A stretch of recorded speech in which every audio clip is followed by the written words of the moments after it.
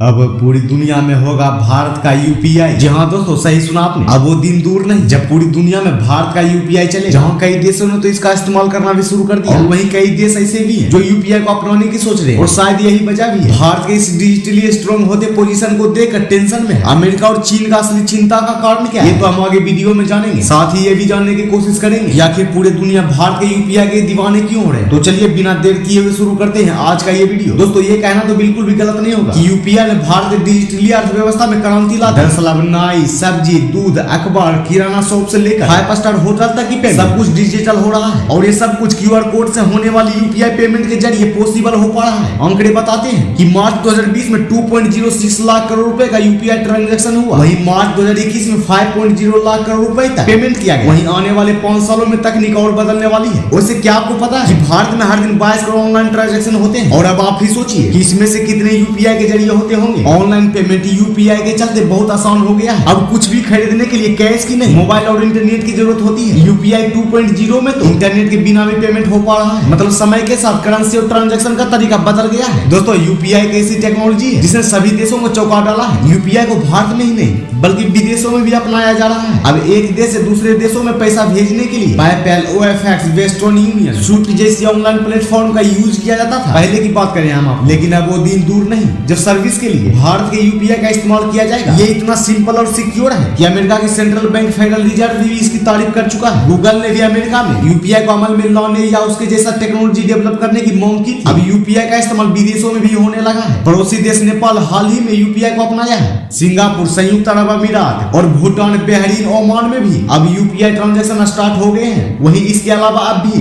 दुनिया में ऐसे कई देश हैं जो भारत के यूपीआई सिस्टम को अपनाना चाह रहे हैं। जी हाँ, और अब दोस्तों जरा बात अमेरिका और चीन की करते हैं कि क्यों और कैसे भारत के यूपीआई से इसे प्रॉब्लम है। जैसा कि हमने आपको पहले ही वीडियो में बताया कि अमेरिका को उसकी कंपनी गूगल ने भी ये मांग की थी कि उन्हें भी भारत के जैसा यूपीआई सिस्टम डेवलप कर देनी चाहिए। दोस्तों यकीन मानिए कि इसकी पॉसिबिलिटी बहुत कम है क्योंकि अमेरिका के पास ऑलरेडी स्विफ्ट नाम के एक पेमेंट सिस्टम है जिसके जरिए दुनिया भर में इंटरनेशनल ट्रांजैक्शन की जाती है। और आपको ये भी बता दें इंटरनेशनल ट्रांजैक्शन में स्विफ्ट की मोनोपोली है और स्विफ्ट हर दिन एक ट्रांजैक्शन के लिए एक मोटी रकम भी चार्ज करता है, जबकि भारत का यूपीआई सिस्टम बिल्कुल फ्री है। तो आप ही सोचिए ना, जहां अमेरिका को भारत का अपने कार्ड सर्विस के वजह से इतनी कमाई हो जाती थी, वहां नोटबंदी के बाद से यूपीआई ने तो उनकी खटिया ही खड़ी कर दी। और जहां तक बात चीन की रही तो ये भला किसे नहीं मालूम कि चीन खुद को दुनिया का शक्तिशाली देश बनाना चाहता है। चीन हर मामले में खुद को नंबर 1 पोजीशन पर देखना चाहता है। अब ऐसे में चीन भारत को आगे जाते कैसे देख सकता है, और यही वजह है कि अमेरिका और चीन को भारत के यूपीआई सिस्टम से प्रॉब्लम है। दोस्तों आपको क्या लगता है, क्या भारत का यूपीआई एक दिन पूरे दुनिया में राज करेगा या फिर अमेरिका और चीन जैसे देश इसके लिए भी लगाएंगे अपना जुगाड़? क्या है आपकी राय, हमें नीचे कमेंट करके जरूर बताइए। तो मिलते हैं फिर से न्यू दिलचस्प वीडियो के साथ।